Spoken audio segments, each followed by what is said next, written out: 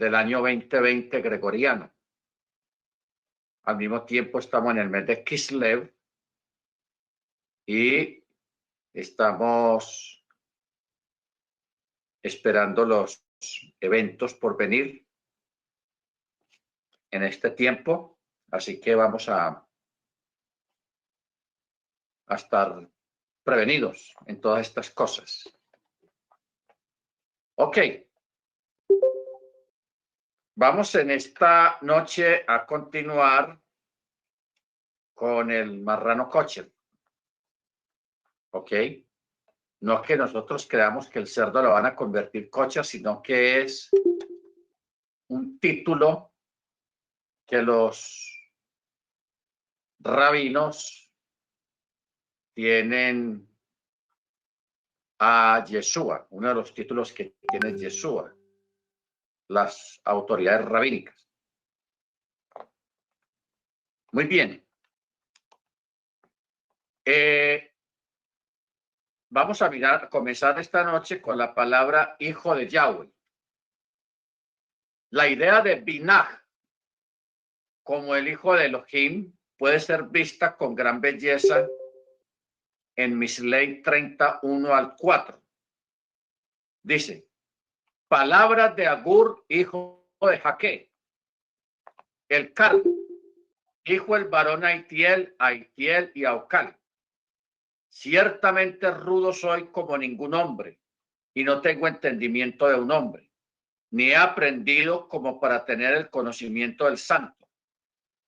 Y dice, ¿quién subió al cielo y descendió? ¿Quién juntó los vientos con sus puños? ¿Quién ató a las aguas en su vestimenta? ¿Quién afirmó todos los términos de la tierra? ¿Cuál es su nombre y el nombre de sus hijos, si sabes? Ok. Es interesante mirar que al final del verso 34 insinúa que el nombre de Yeshua, el nombre de Yeshua, está ahí en forma codificada. Mag Chemo, Umag Chem, Benei o Beno, Ki, Terah. Cuando termina la palabra Chemo, que Chemo quiere decir nombre, está la letra Yod. Luego está la Chin. Luego está la Vav y luego está la G, que quiere decir Yeshua. Algunos eruditos trataron de argumentar que Proverbios 31 al 4 habla de Mochi. Pero otro sabio, Rav Ben Abraham, identifica varias razones para rechazar estas afirmaciones. Además, resalta el punto de que el término hijo de Yahweh también se menciona en Daniel 3:25. O sea, los sabios dedujeron importantes conexiones a través del revés de la letra Yod, que convierte la palabra Boreija en plural para sugerir que nuestro creador se manifiesta en varias formas, incluyendo en la Binah, la cual la relaciona con el hijo. En la luz de la Torá, Or HaTorá, hay un comentario del rabino Menahem Mendel, donde está mencionada la palabra Binah. O sea, la palabra Binah viene de Benei, de la raíz Benei, o sea, hijos, o Benei, hijo de Elohim. Porque tenemos que recordar que en el libro de Génesis, capítulo 6, donde habla de la caída de los Malhim, de los ángeles, en el antiguo pacto se llamaba hijos de Yahweh, a los ángeles. Eran llamados así. Ese era el título que tenían los malachim en la antigüedad, en el antiguo pacto, hablando de los ángeles que cayeron. Luego también en el libro de Job, capítulo 1 y capítulo 2, verso 1 de cada capítulo, también menciona a los malachim, donde lo menciona como hijos de Yahweh. ¿Ok? Como hijos de Yahweh, porque ese era un título que se le daba antiguamente a los ángeles. Por ejemplo, si usted lee Job capítulo 2, verso 1, dice: llegado el día en que los hijos de Yahweh se presentan ante Yahweh, vino también con ellos el acusador a presentarse delante de Yahweh. El acusador, o sea, Hasatán, que el Eterno lo reprenda. Se les llama, o se les llamaba, se les llama todavía el acusador. Pero cuando habla de reunión, cuando se habla de esta reunión que ocasionalmente se presenta ya en alguno de los chamaim, donde el Eterno se reúne con los príncipes, con los ángeles príncipes, para dirimir y para tomar decisiones acerca de algunos asuntos con personas aquí o naciones aquí en la tierra. ¿Ok?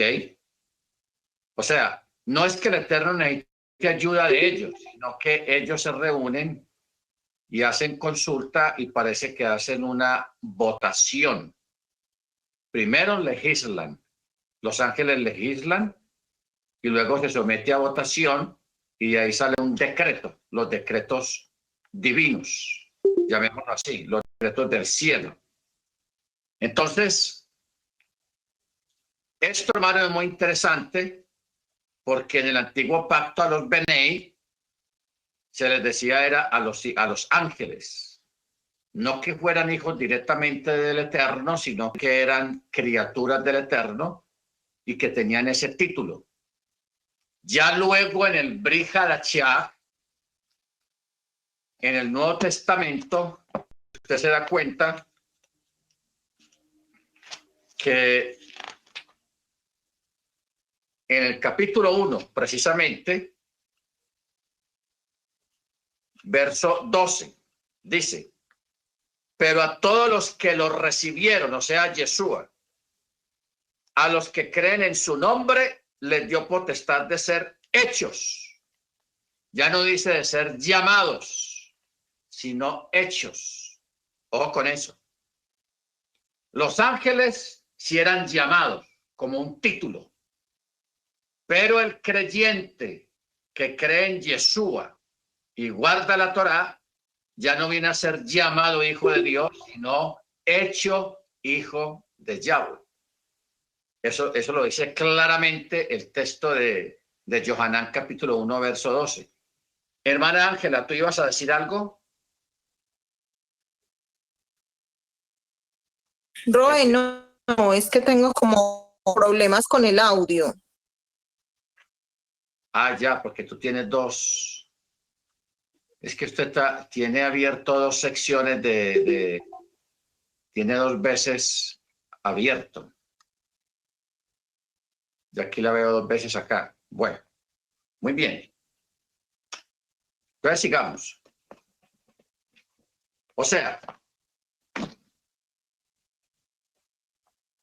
cuando en el Salmo 2, estos son temas muy complicados, pero no nos da miedo meternos en ellos porque sabemos cómo funciona la escritura. Salmo 2.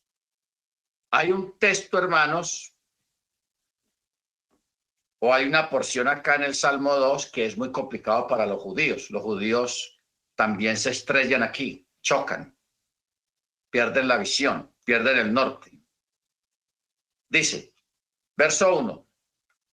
¿Para qué se sublevan las naciones y los pueblos traman cosas vanas? Se alzarán los reyes de la tierra y sus príncipes consultarán unidos contra Yahweh y contra su ungido, diciendo: rompamos sus ligaduras y echemos de nosotros sus cuerdas. Este texto, hermanos, es muy profundo. ¿Por qué? Porque dice: se alzarán los reyes de la tierra y príncipes consultarán unidos. Aquí está hablando del Sanedrín. Mire lo que ellos dijeron. Contra Yahweh y contra su ungido, diciendo: rompamos sus ligaduras. O sea, sus yugos. Y echemos de nosotros sus cuerdas. Esto son puros hebraísmos. Una persona que lea esto puede ponerse a inventar cualquier cosa si no conoce los hebraísmos del pueblo de Israel, pero las dos palabras que hay acá, rompamos sus ligaduras y echemos de nosotros sus cuerdas, son puros hebraísmos. Las ligaduras, hermanos, es la sujeción a la Torá o la sujeción a la enseñanza de un maestro. Rompamos sus ligaduras. Y luego dice: y echemos de nosotros sus cuerdas. Hay un texto en el libro de Oseas, creo que está, donde dice que el Eterno echó sus cuerdas sobre Israel para atraerlo, y dice: con cuerdas de amor te atraje. O sea, con deseos, con palabra, con Torá, con cuerdas de amor te traje. Entonces, si nosotros aplicamos el hebraísmo a la palabra ligaduras, que es la obediencia a un maestro de Torá, o sea, el yugo de la Torá. Por eso Yeshua habló del yugo. Mi yugo es fácil y es ligero. Sí, hermano Freddy. Qué pena, mi more. Oseas 11:4. Oseas 11:4. Gracias, hermano. Oseas dice: los atraje con cuerdas humanas, con vínculos de amor. Fui para ellos como quien alza el yugo de sobre su quijada, alimentándolos con ternura. No tenían por qué volver a la tierra de Egipto, pero ahora el asirio será su rey, porque no quisieron convertirse. La espada gravitará en sus ciudades y el fuego consumirá las barras de sus puertas, porque siguieron sus propios consejos. Mi pueblo vacila en volver a mí, aunque lo llama desde lo alto. Todos juntos no pueden levantarlo. Pero ¿cómo podré abandonarte, oh Efraín? ¿Cómo podré entregarte, oh Israel? ¿Te dejaré acaso como Admá? ¿Te trataré como a Seboim? Me da un vuelco el corazón, se me conmueven las entrañas. Hermano, esta porción, este capítulo es unas expresiones que vienen de parte del Eterno hacia alguien que ama mucho. ¿Ok? Mire cómo dice: ¿cómo podré abandonarte, oh Efraín? ¿Cómo podré entregarte, oh Israel? ¿Te dejaré acaso como Admá? ¿Te trataré como a Seboim? Me da un vuelco el corazón, se me conmueven las entrañas. Que el Eterno se exprese de esa manera, de la casa de Israel, de la casa de Efraín, hermanos, eso es impresionante. Por eso es que Juan 3:16 es un texto épico, porque de tal manera amó Dios. ¿Ok? Por eso dice: porque de tal manera. Yo sé que usted sabe el resto del texto, porque de tal manera amó Dios al mundo, pero ese texto fue manipulado, porque aquí está hablando de Efraín, de la casa de Israel y de Judá. ¿Ok? Esas palabras es para ellos, no para todo el mundo. Baruch Hashem. Por eso en el verso 12 dice, Efraín me tiene rodeado de mentiras, la casa de Israel de falsedades, y Judá aún divaga para con Yahweh, para con el Santísimo y el Fiel. ¿Ok? Baruch Hashem. Pero este texto, capítulo 11, hermanos, bueno, hay muchos capítulos que hay que meterle el diente, como se dice, examinarlos bien, hacerle una exégesis, estudiarlos, porque son capítulos épicos, llenos de mucha profundidad en la palabra. Muy bien, sigamos. Es muy claro que los sabios entendieron que las palabras recuerda a tu creador hablaban directamente del Mesías, que tuvo una función directa en la creación. Considere el siguiente pasaje indirectamente de Ramjal, Rabino Moshe Hayim Luzzatto. Dice, hay un gran secreto en la palabra Boreija, tu creador, ya que representa la esencia interna del Mesías. El secreto del término creador se encuentra en la gematría al tener conexión con el término Barjú El, o sea, alaba a Yahweh, el cual habla del Mesías, quien es el sanador de toda carne y quien hace maravillas. O sea, estos comentarios rabínicos, hermanos, son de personas que no creen en Yeshua como el Mesías, pero sí creen que iba a venir un Mesías, el ungido. ¿Ok? Entonces, ellos resaltan que en muchos textos del Antiguo Pacto, sean los Salmos, en los Proverbios, en los Profetas, en la Torá o en los escritos, habían referencias ocultas acerca del Mesías, pero también acerca de Yeshua como el Mesías. ¿Por qué? Porque en esos escritos, en forma codificada, en forma oculta, estaba ya escrito el nombre de Yeshua. No solamente hablaban del Mesías, sino que mencionaban sus nombres. Esos escritos en forma codificada mencionaban el nombre del Mesías. En forma implícita estaba escrito en esos documentos sagrados. Bendito sea el nombre del Eterno. Entonces, por eso, aunque ellos descubrían que ahí estaba escrito en forma codificada el nombre de Yeshua, ellos se quedaban callados porque ellos no creían, técnicamente no creían en Jesús. Así le decían en Yeshua, porque ellos estaban sometidos a una doctrina, estaban sometidos a una escuela, y ellos tenían que seguir no los dictados de la Torá, sino los dictados de la escuela. Ese es el gran problema, hermanos. Ojo con eso, eso es un gran problema.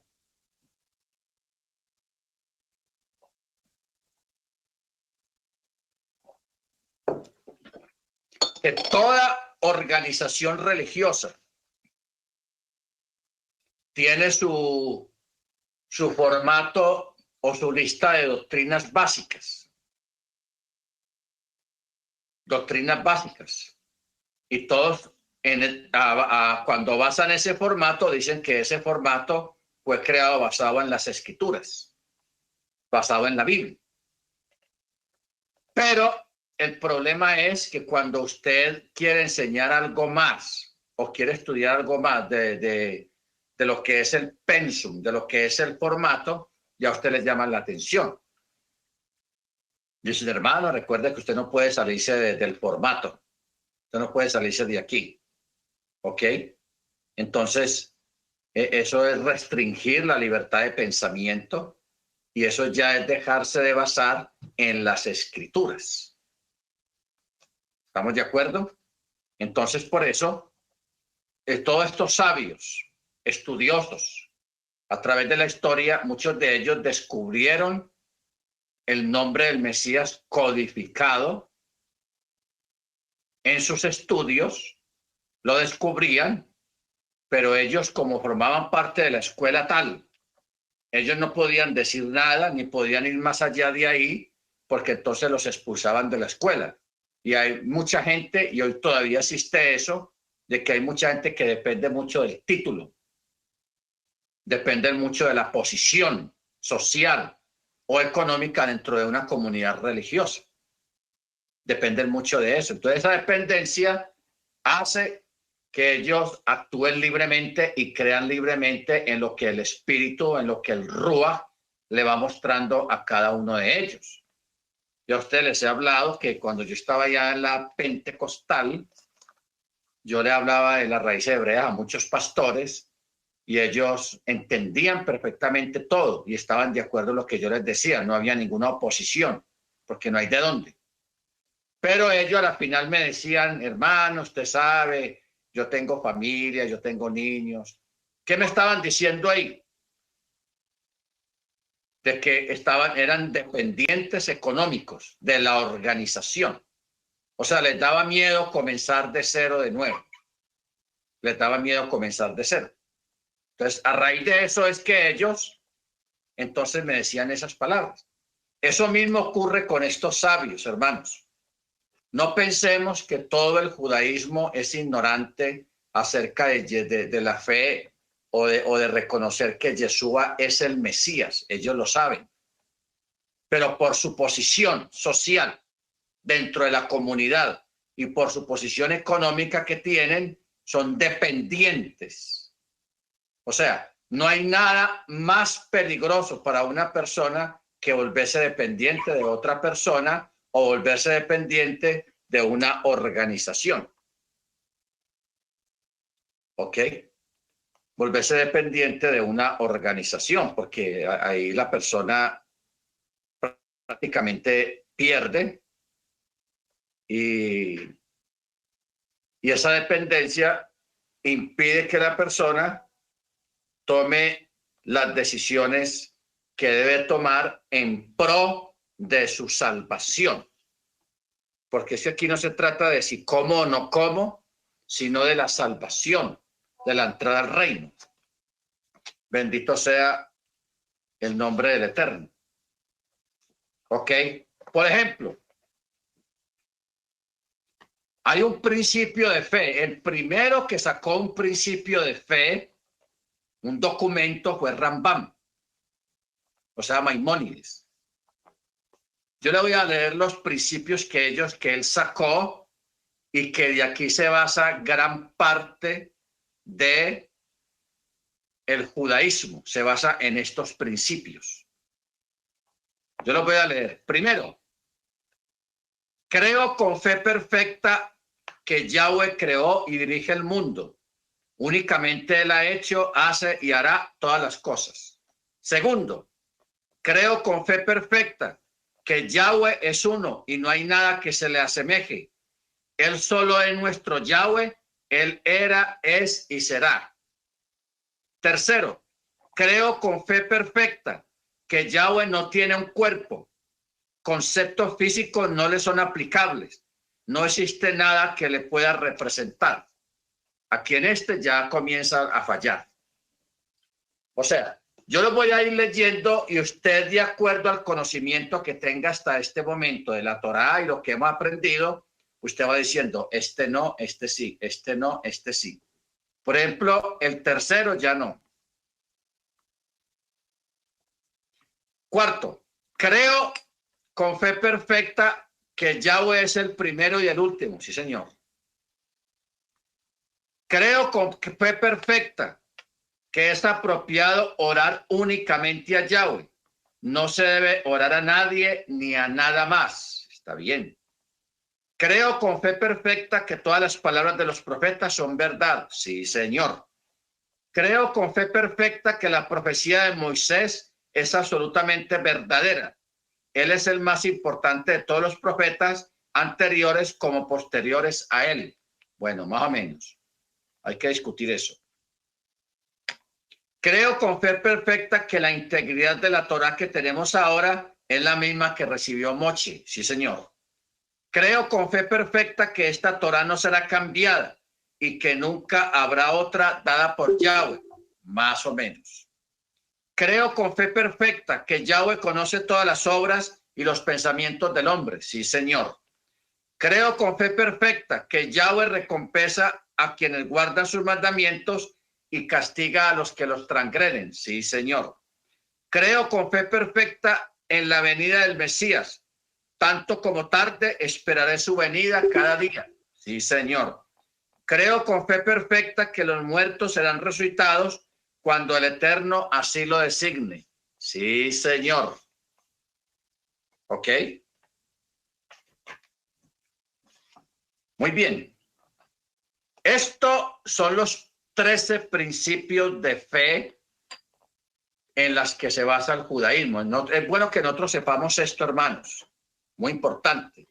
Yo no sé si usted sabía que los judíos tenían sus principios de fe. La iglesia pentecostal tiene también sus principios de fe. Toda organización religiosa debe tener sus principios de fe, en los cuales basa su fe. Porque con esos principios es que la organización religiosa se registra ante el Estado. ¿Por qué? Porque el Estado exige que esta organización religiosa exprese sus principios de fe, sobre qué se basa la fe y el desarrollo de esa fe. ¿Ok? Baruch Hashem. Muy bien. El judaísmo, estos son los 13 principios de fe del judaísmo. Yo entiendo que hay algunos judíos mismos, rabinos, que discrepan sobre algunos puntos. Es normal, porque no todos están de acuerdo. Nosotros aparentemente discrepamos de 3 puntos no más. Los otros 10 puntos están bien. ¿Ok? Baruch Hashem. Muy bien. Vamos a mirar ahora las 5 manifestaciones específicas, cada una de las cuales tiene una fuerte conexión con el Mesías. ¿Qué son? Son 5. Primera, Metatrón. Metatrón es llamado el mensajero del rostro de Yahweh. Algunos como Radak lo llaman el rey Mesías. Cuando usted escucha la gente que lee las cartas, el tarot y todas esas cosas, usted de vez en cuando ve que ellos usan esta expresión. Ellos usan Metatrón y usan también algunos nombres de ángeles principales, pero a veces usan la palabra Metatrón. Esta palabra Metatrón también está relacionada en algunas películas de ciencia ficción del futuro. Hablan mucho de Metatrón. O sea, han cogido esta palabra que es el mensajero del rostro. Mensajero del rostro, porque así lo llaman los rabinos. Y ellos saben que este Metatrón es también el rey Mashiach, el rey Mesías, o es el Mesías. Mire usted cómo todo esto apunta a Yeshua. Segundo, la memra, o la palabra. El término memra aparece 596 veces en los Targum. Ni una sola vez aparece en el Talmud. 179 veces aparece en el Targum de Onkelos, porque hay 2 Targum, el Targum de Onkelos y el Targum de Yohanan.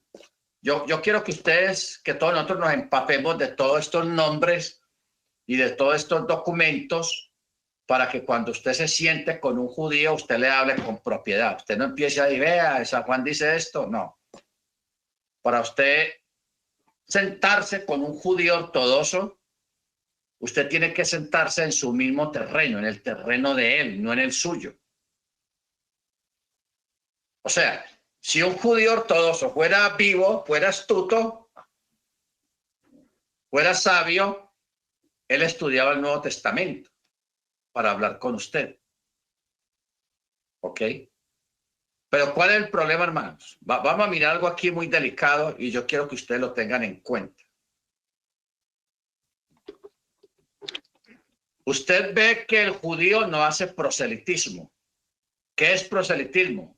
Ganar adeptos o gente para que vaya y se reúna con ellos.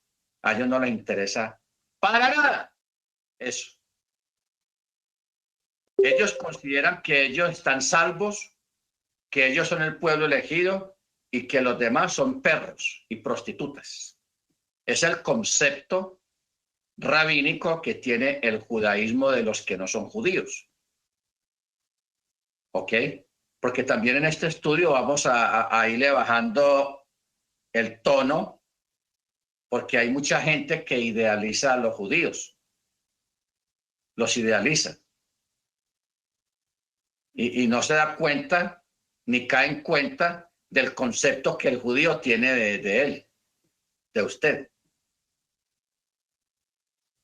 Usted, para un judío, así usted no fume, así usted sea la persona más sana que hay en este mundo y hasta más sano que un judío, usted para un judío es un perro, es una persona inmunda, especialmente un perro que no vale nada.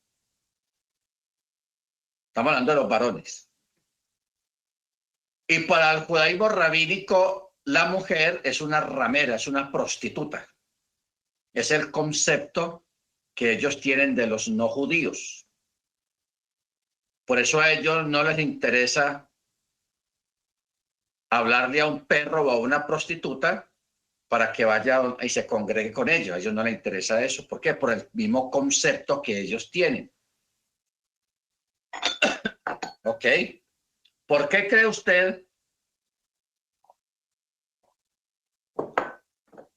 ¿Por qué cree usted, hermanos, que a Yeshua lo criticaban tanto? Siendo él un judío ortodoxo, porque Yeshua era judío ortodoxo, de corte farisea. Pero con todo y eso, él vino y rompió moldes. Él se juntaba con prostitutas, o sea, con mujeres de cuatro en conducta, o la recibía. Se juntaba con publicanos, con pecadores. O sea, él se juntaba con lo peor que había en esa época, porque él mismo dijo, yo no vine a buscar santos ni sanos, yo vine a buscar a las ovejas perdidas de la casa de Israel, a los perdidos, pero especialmente de la casa de Israel. Ojo con eso. Y no vino a buscar a todos los perdidos, no. Él solamente vino a buscar a las ovejas perdidas de la casa de Israel. Tenga usted eso muy claro. Ahora, teniendo en cuenta este dato de que a un judío no le interesa que usted vaya a su comunidad porque lo rechazan. Si usted trata de ir a una comunidad judía ortodoxa, usted no lo dejan entrar, a un chaval no lo dejan entrar. No, no te dejan entrar. ¿Por qué? Por el concepto, el pan de la proposición. Y no saben lo que se perdieron ahí. Porque cuando habla del pan de los rostros, se traduce o se interpreta como la presencia divina registrada a través de el Mesías, a través de Yeshua. ¿Cómo lo podemos corroborar? Lo de Felipe, cuando le pregunta a Yeshua, Maestro, muéstranos al Padre y nos basta. ¿Y qué dijo Yeshua? ¿Cuántas veces hace que estoy con vosotros, Felipe, y no me has conocido? El que me ha visto a mí, ha visto al Padre. O sea, el mundo conoce al Padre Al Eterno lo conoces a través de Yeshua. Por eso dice el resplandor de su gloria, la esencia misma de su sustancia, que está allá en el libro de Hebreos. Esos textos, hermano, empiezan a correr en la mente de uno cuando uno habla de lo que dijo Yeshua. El que me ha visto a mí ha visto al Padre.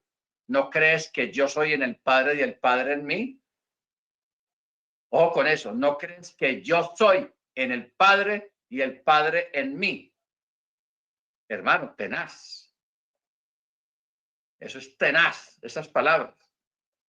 O sea que la Shejinah representa el rostro de la manifestación de Yahweh a través del Mesías, en este caso, Yeshua. ¿Ok? Yeshua.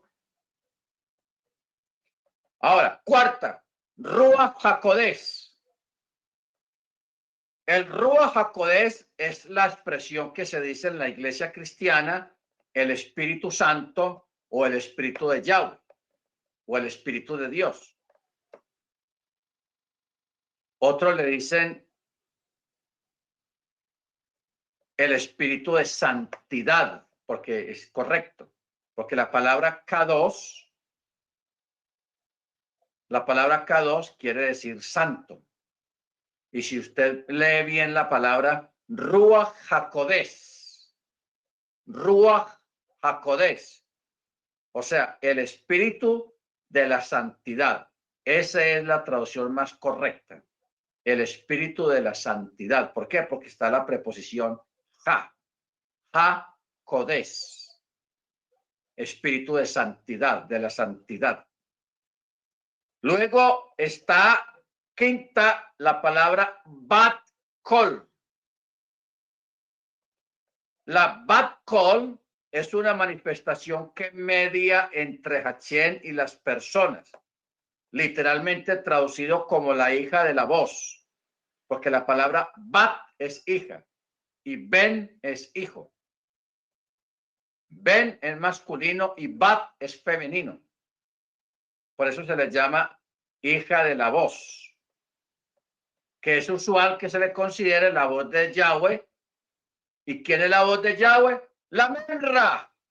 ¿Y quién es la Memra? Yeshua Hamashiach. Bendito sea su nombre por siempre. Lo que yo veo, hermanos, es que uno con este estudio lo que hace es afianzarlo a uno y lo introduce a uno más allá de la doctrina de la unicidad. O sea, lo profundiza uno en la doctrina de la unicidad. ¿De qué manera? Entendiendo que es Metatrón, que es la Memra, que es la Shejinah, que es el Ruach HaKodesh y que es el Bat Kol, la hija de la voz. Amén.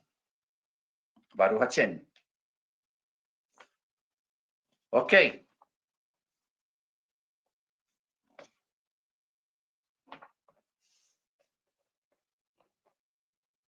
Ramban concluye sus principios declarando que debemos de creer en la venida del Mesías y que aun si tarda en venir, debemos esperarlo cada día. Un rabino, el rabino Aryeh Kaplan, dice lo siguiente: quien duda sobre la venida del Mesías o minimiza la venida del Mesías, niega la Torá misma. El Mesías será mayor que ningún otro rey o gobernante que haya vivido jamás. Ojo con esto, hermanos. Estas son palabras de rabinos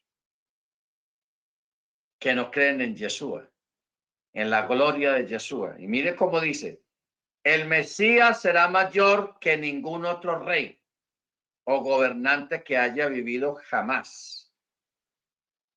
Baruch Hashem.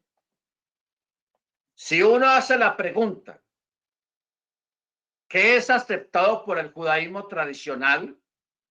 La respuesta se encuentra en estos principios básicos que fueron aceptados por toda la casa de Israel.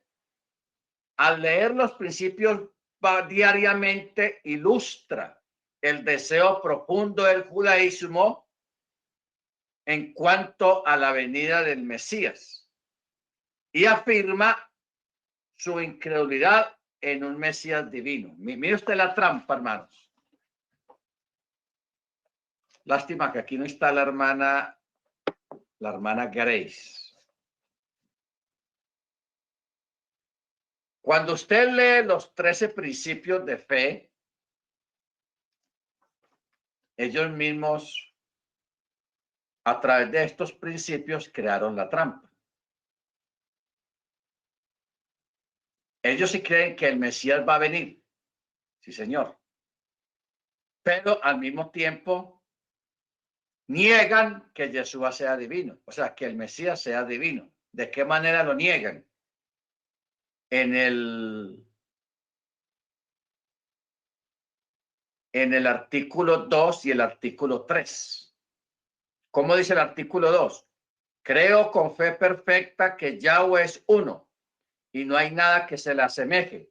Él solo es nuestro Yahweh, él era, es y será. Ok. Tercero, creo con fe perfecta que Yahweh no tiene cuerpo.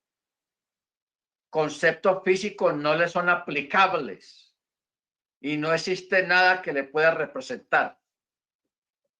Que yo dije, en este discrepamos nosotros.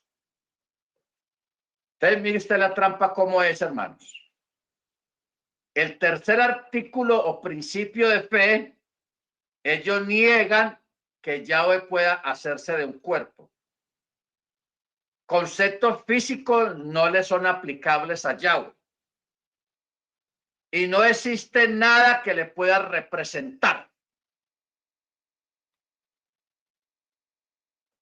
Y como nosotros sabemos que el Mesías tiene que ser divino, porque eso lo vamos a demostrar más adelante, el Mesías tiene que ser divino. No es que debe de ser, no, tiene que ser divino. Porque para Yeshua perdonar pecados se necesita. ¿Ok? Para perdonar los pecados se necesita. Entonces, ahí vamos entendiendo el problema judío, hermano. Vamos a llamarlo así, el problema judío. ¿Cuál es el problema judío? Los 13 principios de fe, que no dan lugar a que el Mesías sea divino y contradice la misma Torá, como estuvimos viendo últimamente en una de las clases últimas, de que cuando Abraham estaba en su tercer día de la circuncisión, el mismo Yahweh vino y lo visitó. ¿Cómo lo visitó? Tomó forma angelical, tomó una forma humana. Pero Abraham sí se dio cuenta. ¿Quién era?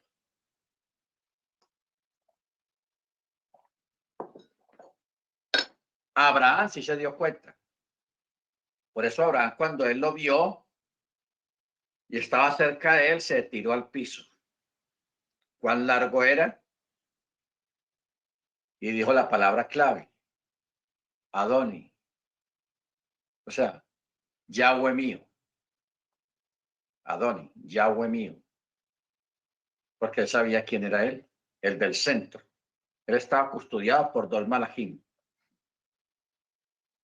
El del centro era el mismo Yahweh. Eso contradice los principios, el tercer principio de fe de Rambam. ¿Se da cuenta? Ahora,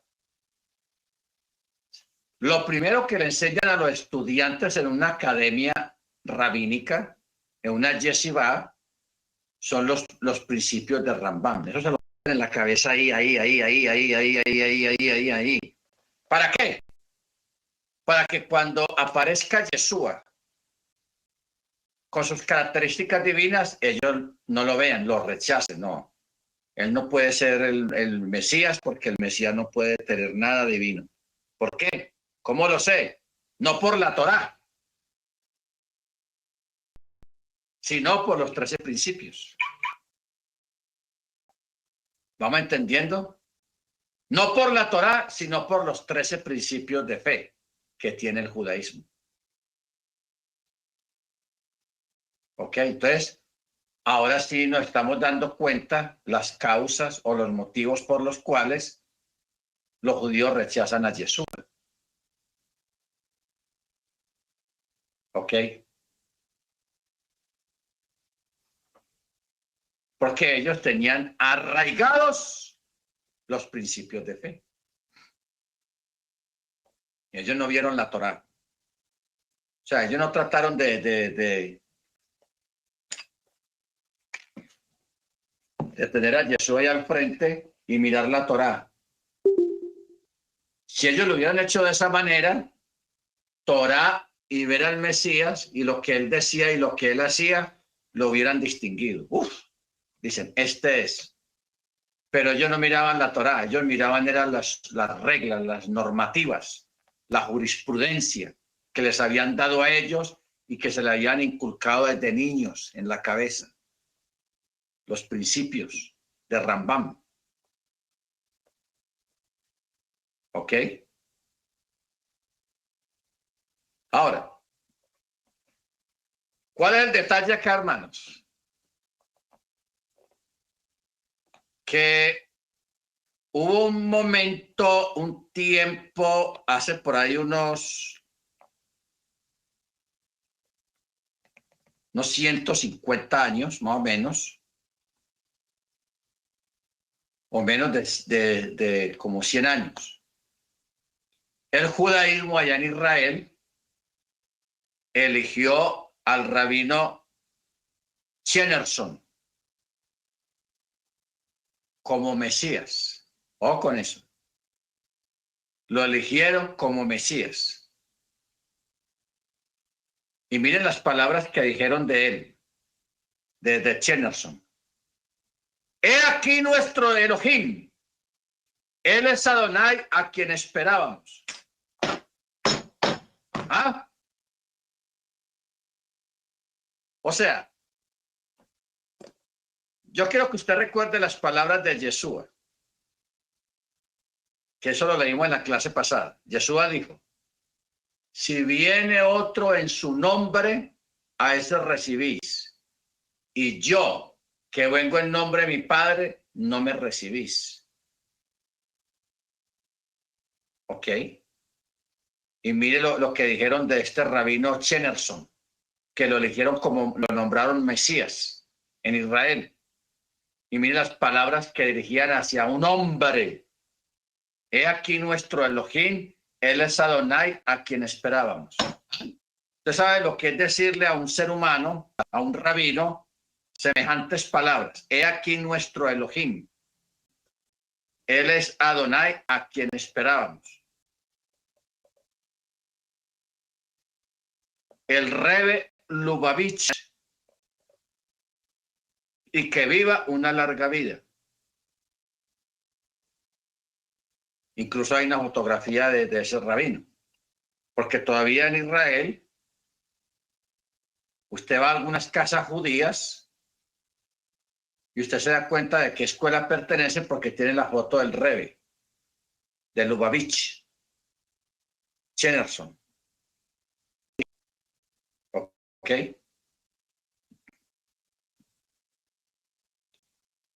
Ahora, ¿por qué uno se sorprende de estas cosas? Porque ellos mismos están violando sus propios principios de fe. Porque el tercer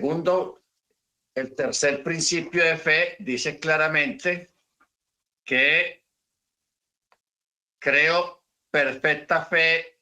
con perfecta fe en Yahweh, que él no tiene cuerpo.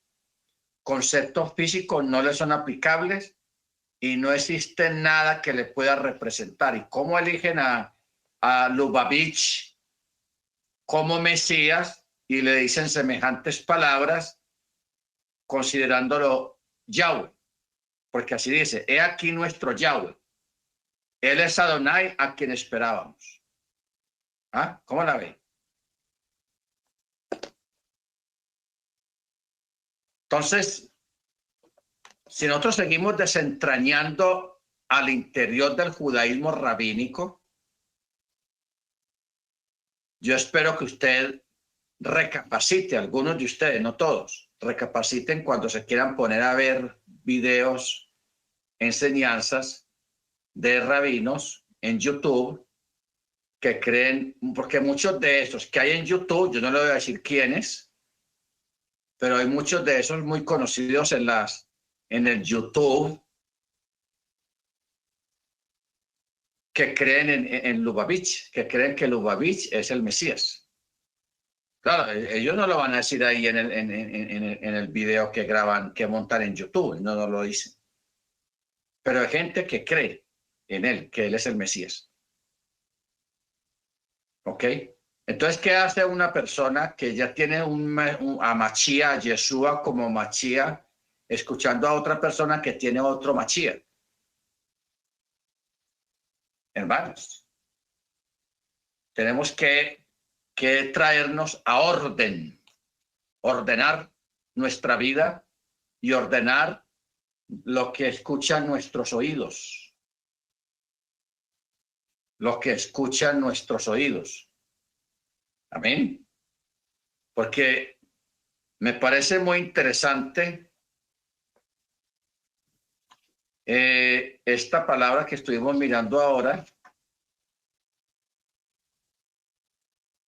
acerca de Yeshua como el creador, como divino, como rey, y que no se levantará otro rey como él, con la talla de él, y es la verdad. ¿Ok? Entonces, para ser honestos, una persona como judío mesiánico, como todos nosotros no podemos aceptar todos estos principios de fe de Rambán. Por ejemplo, el Rabad tuvo fuertes objeciones también con el rabino Shelomo Minjar, en gran medida porque Rambam estaba influenciado por varios filósofos griegos y muchos pensadores judíos sintieron que su influencia introduciría ideas externas a la mente de los judíos. Evidentemente, estas advertencias no tuvieron éxito, ya que Rambam se convirtió en la figura más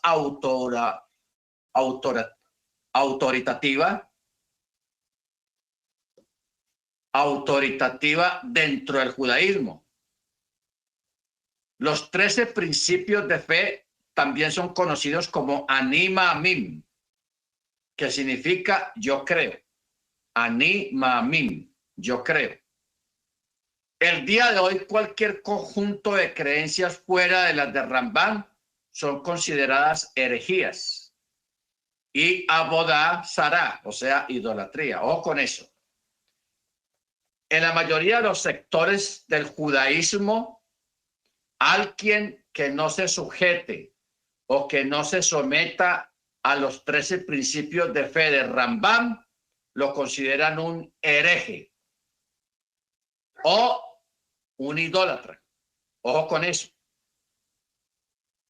Un hereje o un idólatra. Por ejemplo, para mí esa palabra idólatra me recuerda cuando yo traté yo trataba de entrar a estudiar en la sinagoga, que yo estuve como unos 5 o 6 meses rogándole al rabino que me dejara entrar.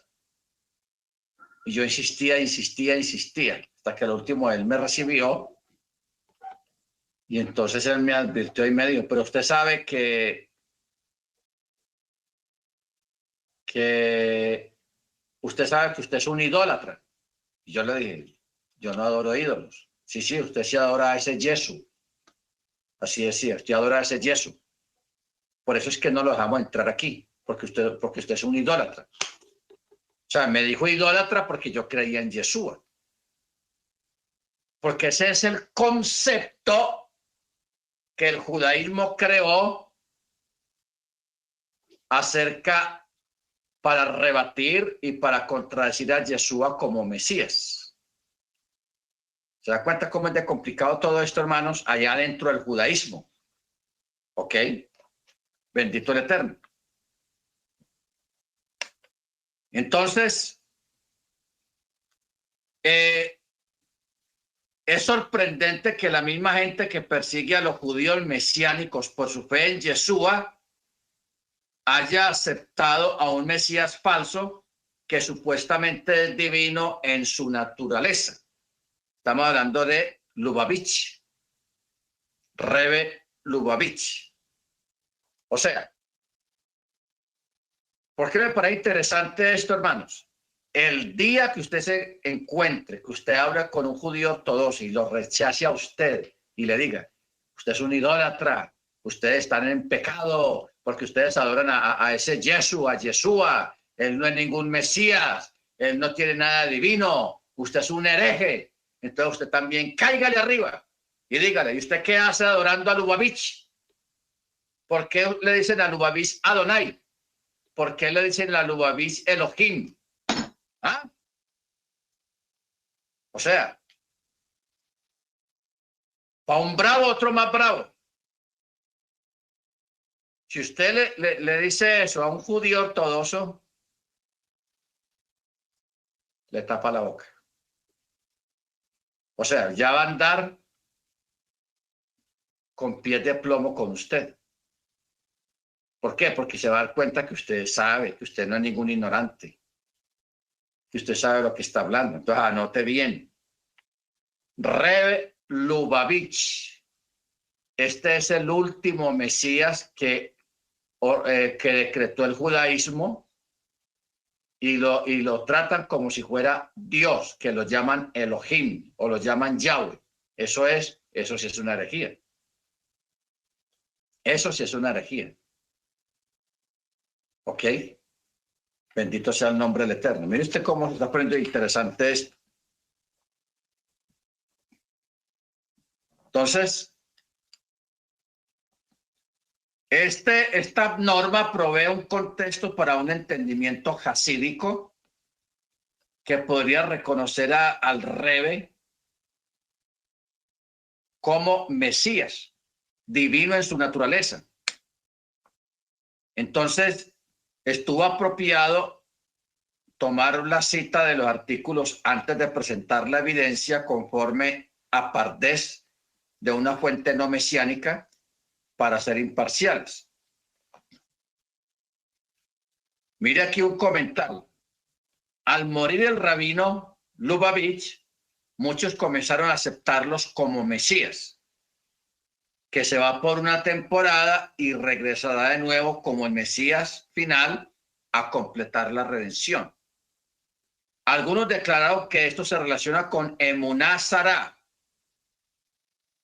lo cual origina en el cristianismo y no tiene lugar en el judaísmo ortodoxo. Sin embargo, eso no fue suficiente. Muchos de los miembros más radicales de Chabad establecieron la creencia de que el Rebe no murió. Ojo, déjalo quieto, ya que representa la encarnación de Yahweh en un cuerpo humano. Muchos de los hasídicos pusieron su foto en el muro occidental mirando hacia el este para orar directamente a él con la declaración, o sea, la oración que ellos oran dice: Señor Maestro, Rabino Lubavitch, Rey Mesías, viva. ¿Usted sabía esto, hermanos? O sea, si usted alguna vez va a Jerusalén, usted va a ver la foto de este rabino. Está en un costado del muro. Entonces los hasídicos, los judíos que creen que él es el Mesías, oran de esa manera, porque ellos creen que él es Dios encarnado. ¿Ok? Por eso ellos oran así: que nuestro Yahweh, Maestro, Rabino Lubavitch y nuestro Rey Mesías viva. Y en la ciudad de Safer, donde es originario el rabino, allá oran de otra manera: que nuestro Yahweh, Maestro y Creador, Rey Mesías viva. Y muchos líderes religiosos no permanecieron apáticos ante la fe extrema de estos seguidores, y muchos llamaron a este nuevo movimiento cristianos ortodoxos, así lo apodaron, cristianos ortodoxos. Por otro lado, quienes son parte del movimiento Chabad comenzaron a producir algunos recursos para defender su posición acerca del Rebbe Lubavitch. Muy bien. Ahora, cuando terminemos la clase, usted se puede meter con su celular en Google, Rabino Google, y pone Rebbe Lubavitch, Rebbe con doble B, y Lubavitch con la primera B y la segunda es una V, Lubavitch, y ahí le va a salir la foto. Ahora, la foto de ese rabino, si usted frecuenta casas de judíos, usted la va, los judíos que creen, los hasídicos que creen que este rabino es el Mesías, ellos tienen la foto de él en sus casas. Y en las librerías judaicas venden la foto de él, en las judaicas. Entonces los hasídicos que creen que él es el Mesías, ellos le prenden velitas y lo adoran a él. Lo adoran. O sea, sus oraciones cuando las hacen, ya no las hacen mirando a Jerusalén, sino mirando la fotografía o el cuadro del Rebbe. ¿Ok? Para que vaya ir viendo, hermanos, y para que vayamos descubriendo el judaísmo adentro. ¿Ok? Que no es todo lo que la gente se imagina. Bendito sea el nombre del Eterno. Usted ya sabe, escriba Rebbe Lubavitch, y ahí sale la fotografía del hombre, que un 60% del judaísmo ortodoxo cree que él es el Mesías. Él ya se murió. Él ya se murió, pero ellos piensan que él que se va por un tiempo, que luego vuelve. Bendito el nombre del Eterno. Ahora,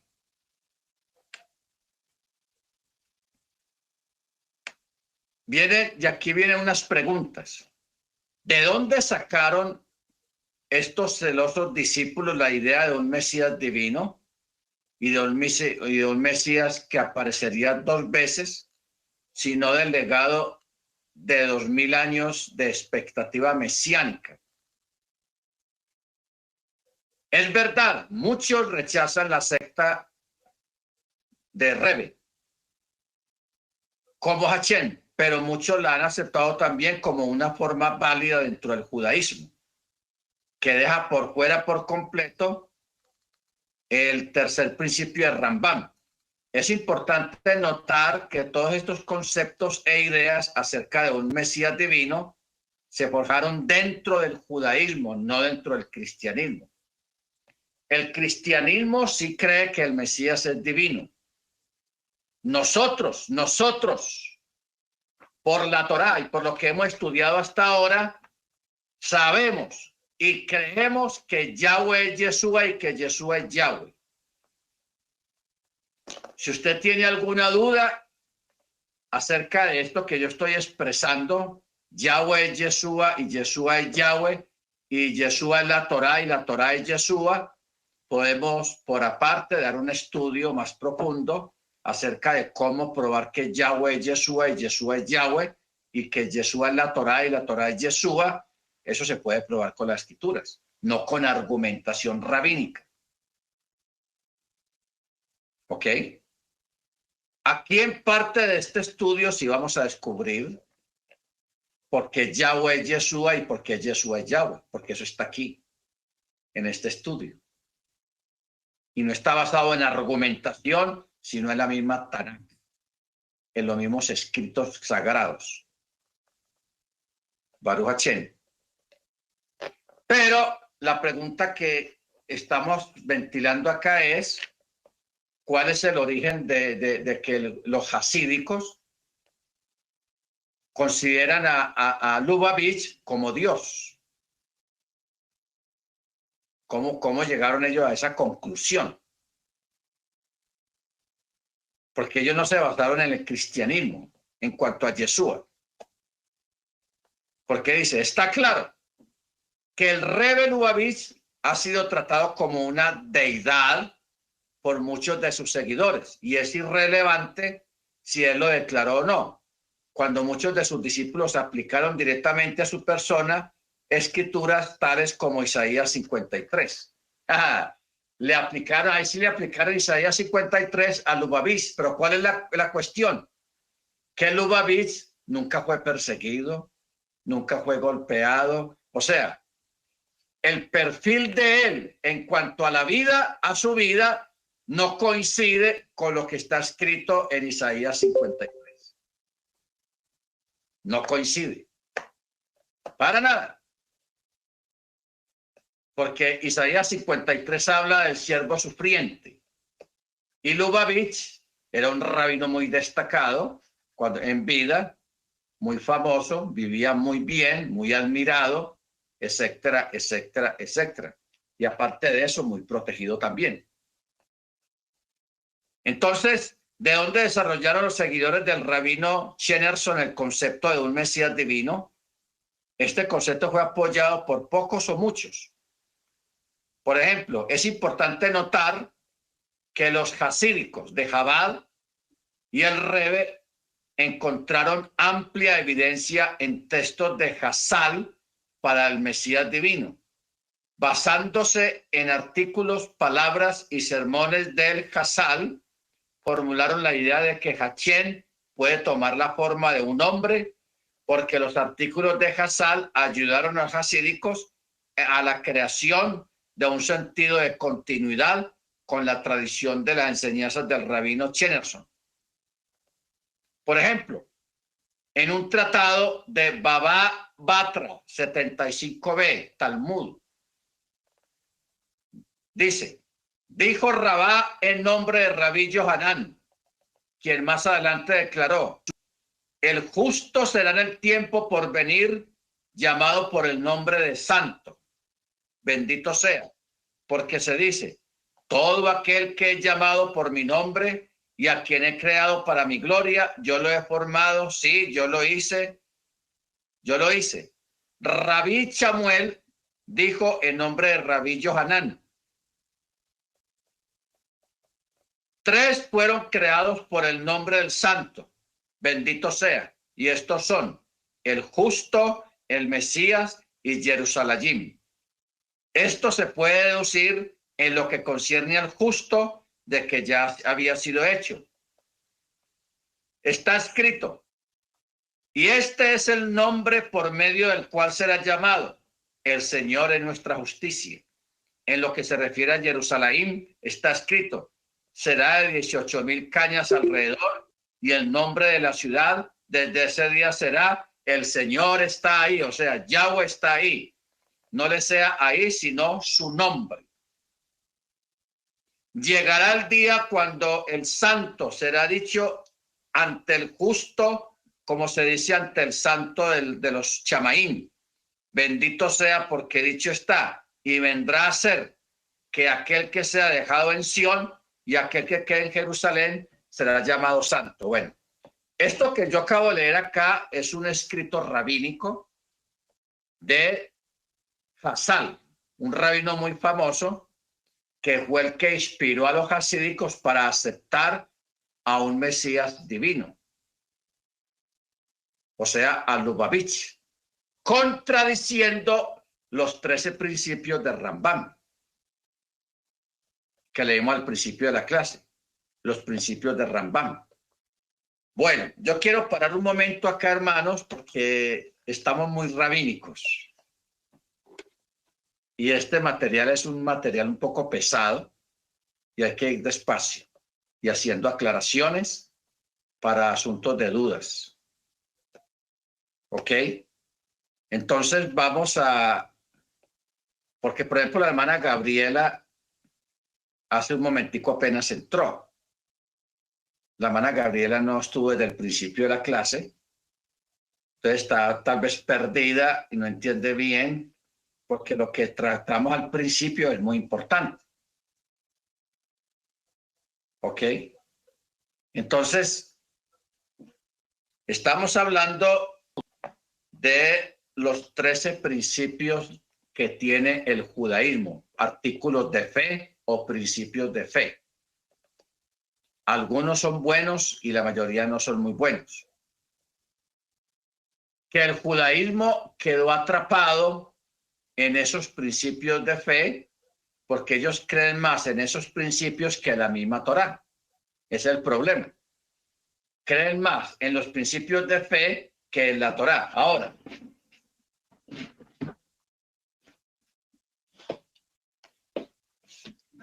mire usted esta contradicción, hermanos.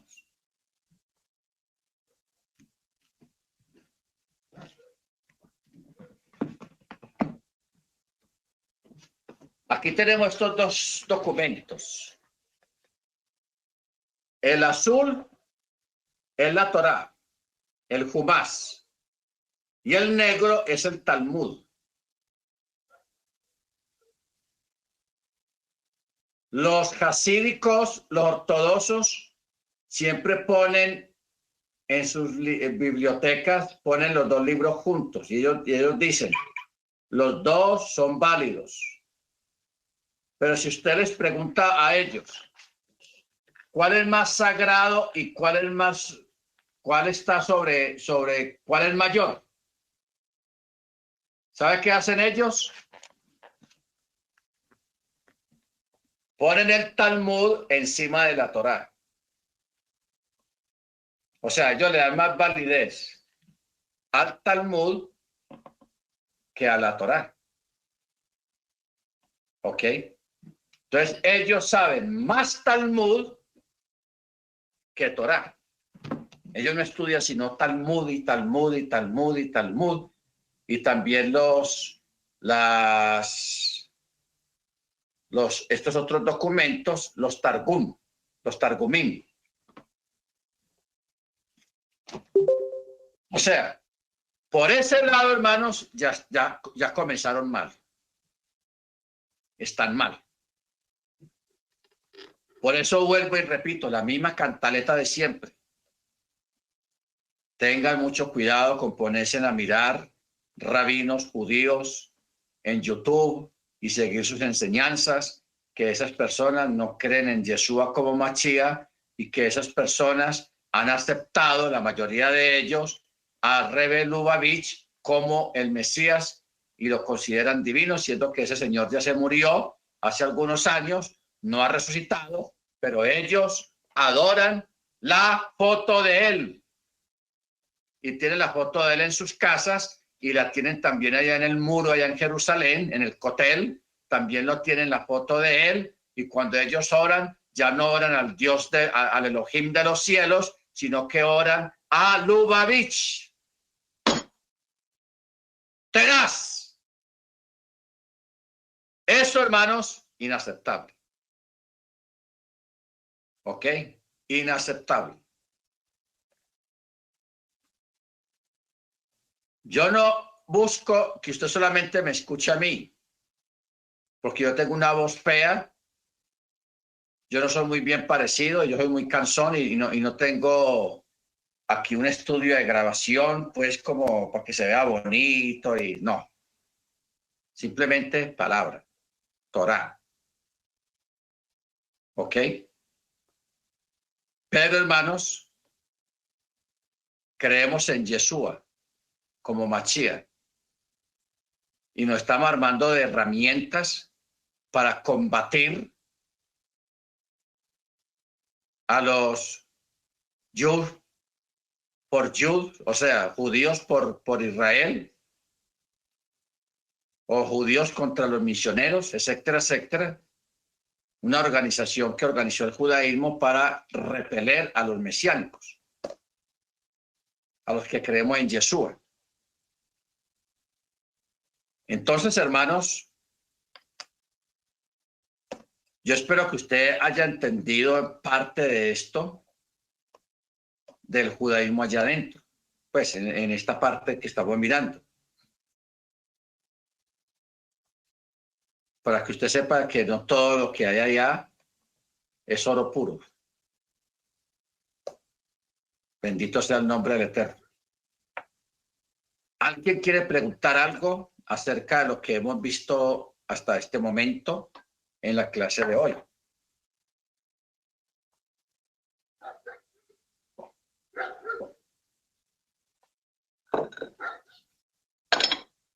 Hermana Jennifer. Gracias, More. A mí me queda una incertidumbre. Cuando usted dice que si nosotros le prestamos dinero a un judío, no le cobremos intereses, pero si no es judío, sí se los cobremos. Pero la Torah marca que nosotros no debemos de ser usureros. Perdón. Que nosotros no debemos de ser usureros y prestar dinero y a cambio pedir réditos, intereses. O estoy confundiendo, o sea, entre las situaciones que marcan los judíos y nosotros que somos de raíces hebreas. ¿Qué podemos hacer ahí en ese aspecto? Si prestamos a un hermano de raíces hebreas, ok, le prestamos, no le cobramos los intereses. Pero si no es de raíces hebreas, si nuestro padre nos permite cobrarle el interés, ¿sí podemos prestar ese dinero a réditos? Ok, esta normativa que sacaron los musulmanes y que sacó el judaísmo era una forma de menospreciar a los no judíos o a los no musulmanes. Acuerde lo que yo dije ahora, ellos crearon esas normas de que, por ejemplo, el judaísmo ortodoxo tiene a la mujer no judía como una perra y como una prostituta que no merece misericordia. Y al varón no judío lo consideran un inmundo que no merece misericordia. Y eso de que no merece misericordia se traslada o se trasluce a través de esas normativas de que lo que no es para un judío, sí se le puede hacer a un no judío. Ahora, eso lo hicieron como una forma de discriminar y de menospreciar al no judío. Si nosotros queremos trasladar eso a nosotros,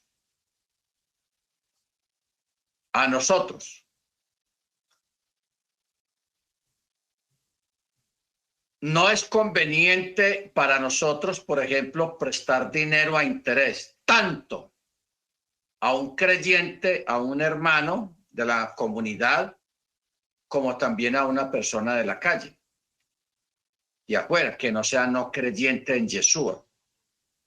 O sea, si vamos a aplicar la misericordia, la aplicamos parejo. Eso sí, hay que aclarar algo. Perdón, hermano Freddy. Hay que aclarar algo. Ustedes recuerdan, hay un texto en la escritura que dice que el juicio comienza por casa, ¿cierto? Si el juicio comienza por casa, también la bendición comienza por casa. ¿Qué estoy tratando de decir?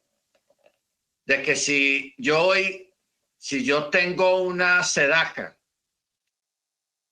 un dinero de sedaca, o sea, para ayudar al pobre, yo primero debo de mirar si en mi comunidad, en la congregación, hay una persona de escasos recursos que está pasando necesidades.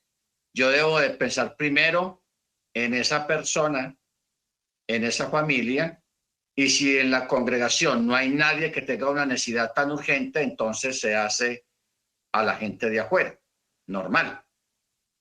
Pero hay una escala de prioridades, llamémoslo así, prioridades. Porque si, por ejemplo, la hermana Jennifer, un ejemplo, hermana, usted tiene 3 hijos, ya están casados, y usted tiene una sadaca por ahí guardada.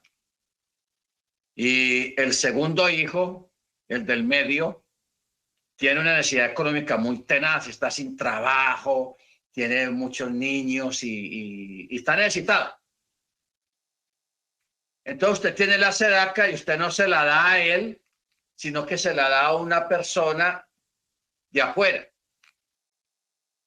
Entonces, en ese orden no está bien. Usted primero debe suplir normalmente la necesidad de su hijo, el que está pasando la necesidad, y luego si quedó algo también para la vecina o la amiga o la persona, la otra persona de afuera, de la familia. O sea, hay un orden de ideas. En el caso del judaísmo es discriminatorio. Es discriminatorio en el sentido de que ellos al hermano, al miembro de la comunidad no le cobra intereses, pero al de afuera sí le cobra intereses. Por norma, por normativa, sí se le hace. Entonces nosotros, en ese caso, nosotros no debemos, pues yo al menos, yo no si yo alguna vez le presto dinero a alguien, yo no le voy a cobrar intereses. A mí me da hasta pena hablar de intereses porque yo no soy capaz de cobrar intereses. Tanto, y punto. Yo sé que hay gente que sí acostumbra a cobrar interés y yo respeto que lo hagan, pero estamos hablando aquí de hombres y de mujeres de Torá y esa es la normativa que debe existir entre nosotros, no cobrar interés. Claro, si usted lo quiere hacer, lo puede hacer, hágalo, pero va en contravía a la misma Torá. ¿Ok? Va en contravía a la misma Torá. Ahora sí, hermano Freddy, dímelo. Aló, mi Robert. Es que yo quiero, bueno, si me puede leer de Barín 23:18. O lo leo como quiera. ¿Cómo? ¿Cómo es la cita? Deuteronomio 23:18 al 18 y 19. Y 20. 23:18. Ni dádivas de prostitutas, ni precio de perro llevarás a la casa de Yahweh tu Elohim. Por ningún voto, pues ambos son abominación a Yahweh tu Elohim. No prestarás con interés a tu hermano. Interés por dinero, interés por comida, interés por cualquier cosa que produzca. Intereses. Al extranjero podrás prestar a interés, pero a tu hermano no se lo exigirás, para que te bendiga Yahweh tu Elohim en toda la obra de tus manos en la tierra a donde vas a tomar posesión de ella. Cuando hagas algún voto, bueno, muy bien, está muy buena la cita. Esta cita o esta normativa o esta ley fue dada al pueblo de Israel. ¿Ok? Y dice muy claro, no prestarás con interés a tu hermano, interés por dinero o por comida o por cualquier cosa que produzca intereses. Al extranjero podrás prestar a interés, pero a tu hermano no se lo exigirás. Muy bien. Esta palabra, este misbot que hay acá, fue dado al pueblo de Israel. Luego vino Yeshua. Vino Yeshua y Yeshua vino y él no quitó esto, sino que le introdujo misericordia. ¿En qué sentido le introdujo la misericordia? Con la parábola del buen samaritano. Porque a él le preguntaron, maestro, ¿quién es mi prójimo? Esa palabra, esa pregunta, ¿quién es mi prójimo? está basada en este texto y en otros textos parecidos a este, que establecía una diferencia entre este y aquel. ¿Ok? Entonces Yeshua, cuando le preguntaron quién es mi prójimo, porque mire la pregunta, no le preguntaron quién es mi hermano, no, quién es mi prójimo. Entonces él responde a través de una parábola. Y está buena la acotación del hermano Freddy a través de este texto. La parábola del buen samaritano. Cuando uno examina bien esa parábola, hermanos, wow, uno descubre cosas muy interesantes en esa parábola. ¿Por qué? Porque dice que venía un hombre, pero no dice quién era el hombre, si era judío o no era judío. O sea, a esa víctima no le pusieron título, no le pusieron raza ni religión, sino la palabra prójimo. No más, prójimo. ¿Está en Torá o no está en Torá? Es un prójimo. Bueno. Luego viene el desfile de los religiosos. Pasó un sacerdote.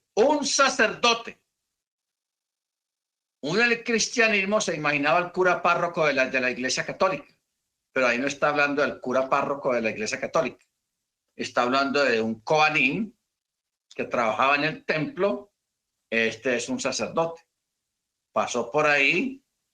El sacerdote dijo, no, yo que me voy a untar y me voy a ensuciar con ese pobre diablo allá, o con ese miserable que asaltaron, y siguió su camino.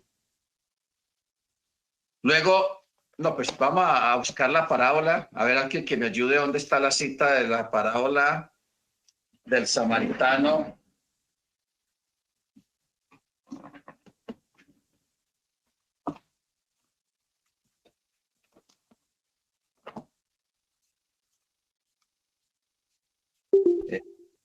Está... Lucas 10:25, mi Robin. A ver, Lucas 10. Estaba cerquita. Ok.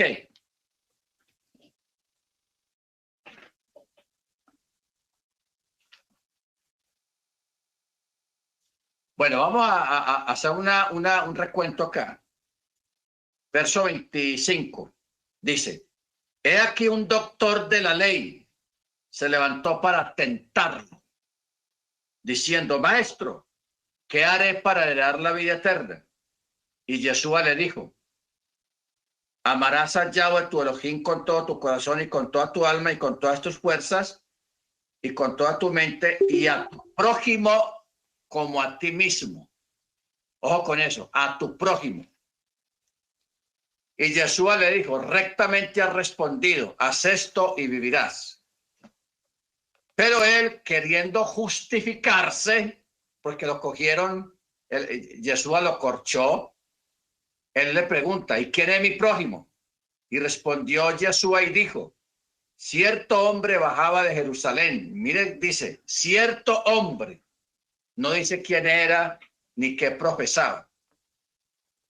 Bajaba de Jerusalén a Jericó y cayó en manos de salteadores, los cuales después de desnudarlo y golpearlo, se fueron y lo dejaron medio muerto. Y por coincidencia, cierto sacerdote bajaba por aquel camino y al verlo pasó por el lado opuesto. Luego vino un levita. Al llegar junto al lugar y al verlo, pasó por el lado opuesto. Luego pasó un samaritano que iba de camino y se acercó a él y al verlo fue movido a compasión. Y allegándose vendó sus heridas, derramando aceite y vino, poniéndolo sobre su propia cabalgadura, lo llevó a un mesón y cuidó de él. Y al día siguiente, al partir, sacó 2 denarios, los dio al mesonero y le dijo, cuídalo, y todo lo que gastes de más, yo te lo pagaré cuando regrese. Entonces, Yeshua pregunta, ¿quién de estos 3 te parece que llegó a ser el prójimo del que cayó en manos de salteadores? Y él dijo, el que hizo la misericordia con él. Entonces Yeshua le dijo, ve y haz tú lo mismo. ¿Ok? Esta parábola, hermanos, basada en semejante pregunta: ¿quién es mi prójimo? Corta con algunos lineamientos discriminatorios que el mismo judaísmo había establecido de una forma exagerada, basado en algunos mandamientos, como el mandamiento que acabamos de mirar en Deuteronomio. ¿Ok? Porque cuando uno mira los actos de Yeshua, lo que hacía Yeshua vino y rompió un montón de moldes que habían sido establecidos en el judaísmo. La mayoría de esos moldes discriminatorios, vejatorios. ¿Ok? Si usted se pone a leer en el Talmud los mandamientos que iban en contra de los leprosos, usted dice: no, pobre, ser leproso en esa época debía ser lo más terrible que había.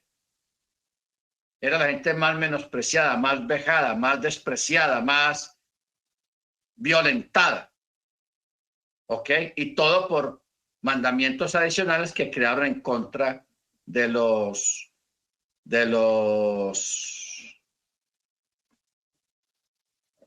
leprosos.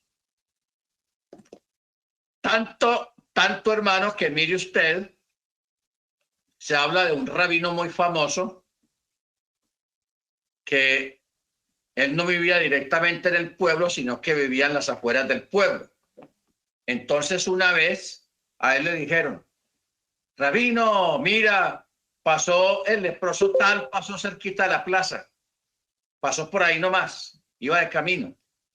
Entonces dice la historia de que él no fue a la plaza y ni volvió a comprar nunca más en esa plaza comida, todo porque había pasado un leproso por ahí. ¿Ok? Esto, hermanos, es un acto de discriminación muy tenaz. Por eso es que Yeshua vino y rompió todos esos moldes rabínicos que había. ¿Ok? Ya él no hablaba de tu hermano o de tu escuela o de tu congregación, sino que él hablaba a un nivel general. Por eso él dio la parábola del buen samaritano. ¿Por qué? Porque el samaritano, hermanos, no era la víctima. El samaritano era de Samaria, la gente más despreciada y odiada por los de Judea. ¿Por qué? Porque los samarios representan la casa de Israel, los del norte, los de Samaria, que son israelitas, que son judíos también, pero son israelitas, de las 10 tribus. Por eso es que usted ve, cuando Yeshua se le arrima a la mujer samaritana, ella se disgusta con él y lo insulta. ¡Hey! ¿Cómo tú, siendo judío, me hablas a mí que soy samaritana? ¿Cómo le ocurre? Respete. Fue algo así parecido a lo que ella le dijo a Yeshua.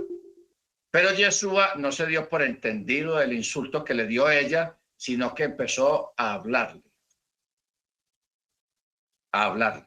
Si hubiera sido un rabino ortodoxo, fariseo o saduceo, ese no le habla nada, ni una palabra a la samaritana. ¿Por qué? Porque para los fariseos y los saduceos y los escribas, un samaritano era ya un perro. Era un perro. Y no estamos hablando de 4 patas, sino las costumbres del perro. Porque usted sabe que el perro, a veces cuando tiene mucha hambre, vomita y luego se vuelve a comer el vómito. Se volvió a comer el vómito. Entonces, ese era el concepto, y es el concepto que el judaísmo hasídico ortodoxo tiene de los que no son judíos como ellos. Eso es tenaz. O sea, hay que ir conociendo, hermanos, la mentalidad de ellos para entender su rechazo y para entender cómo fue posible que ellos, escuchando, viendo y leyendo, y no reconocieron al Mesías. No lo reconocieron a Jesús como Mesías. Eso es un desastre total. Y todo fue a través de la argumentación de los mandamientos de hombres que habían creado alrededor de la Torá, que les impidieron reconocer al Mesías y todavía están en las mismas. Porque hoy en día están pegados del Talmud, la fuente de autoridad y de inspiración. Para ellos no es la Torá, es el Talmud. Increíble, pero cierto. Y ahí están. More, entonces quiero entender que tú amarás a tu prójimo como a ti mismo, es amarás a tu hermano que está en comunión contigo bajo las leyes de la Torá, bajo la bendita palabra de la Torá. No, cuando se habla de prójimo, no se está refiriendo a alguien que esté dentro de la misma esencia de la Torá. O sea, que es en general al ser humano. Exactamente, en general al ser humano. ¿Sabe por qué? Por eso es que se dice de que no se puede maldecir a una persona. ¿Por qué? Porque esa persona fue creada a imagen y semejanza de Yahweh. ¿Ok? Porque tiene la imagen y la semejanza. Y no se puede maltratar a un animal. ¿Por qué? Porque el animal es creación del Eterno. O sea, la misma jurisprudencia nos lleva al orden en medio del desorden rabínico. Entonces nosotros tenemos que mirar bajo esa premisa, el orden. En la creación, no en el orden de la fe. El orden de la fe sí hay un orden, pero en cierto aspecto sí lo hay, pero no a nivel general. A nivel general, el prójimo no tiene mote, no tiene apodo, no tiene nombre, no dice si es mi hermano o es ortodoxo o es mesiánico o es evangélico, no importa quién sea, es mi prójimo. Por eso Jesús le hizo la pregunta muy puntual, ¿quién es mi prójimo? Y Jesús lo respondió muy puntual también. Por eso a la víctima no le puso nombre, ni le puso religión. Simplemente un hombre bajaba de Jerusalén a Jericó. Pero si él hubiera querido establecer una diferencia, le hubiera dicho, un fariseo bajaba de Jerusalén a Jericó. Le cayeron arriba y lo asaltaron, le quitaron hasta la ropa, lo golpearon, lo dejaron medio muerto. Pero él nunca dijo ni fariseo, ni saduceo, ni israelita, ni judío, nada. Simplemente un fulano. Que ese fulano es el prójimo. Bendito sea el nombre del Eterno. Entonces, la sedacá, la misericordia, los actos de Rajén se deben de hacer en términos generales con cualquier persona que lo necesite a nivel de social de ayuda. Pero ya cuando vayamos a las prioridades, primero comenzamos por casa. ¿Ok? Como dice el texto, que el juicio comienza por casa. Amén. Bueno, mis hermanos, se nos fue el tiempo volando de verdad, pero estuvo muy interesante la clase. Poco a poco vamos desentrañando el mundo judío ortodoxo ahí adentro, el mundo hasídico. Hoy descubrimos que ya el judaísmo tiene a Lubavitch, Rebbe Lubavitch, y lo adoran y le hacen oraciones a él y le recitan hasta el Shem. O sea, el judaísmo hasídico. ¿Ok? Ojo con eso, hermanos. Pilas, como dicen. Bueno, hermanos, les agradezco mucho el estar aquí. Mañana el hermano Álvaro ya montará esta clase para que todos la tengan y poco a poco nos vamos enterando de muchas cosas, hermano. Aquí vamos a descubrir en este estudio un montón de cosas importantes y muy interesantes que debemos de saberlas para que afiancemos más nuestra fe en Yeshua y no nos dejemos jalar hacia el judaísmo ortodoxo, negando a Yeshua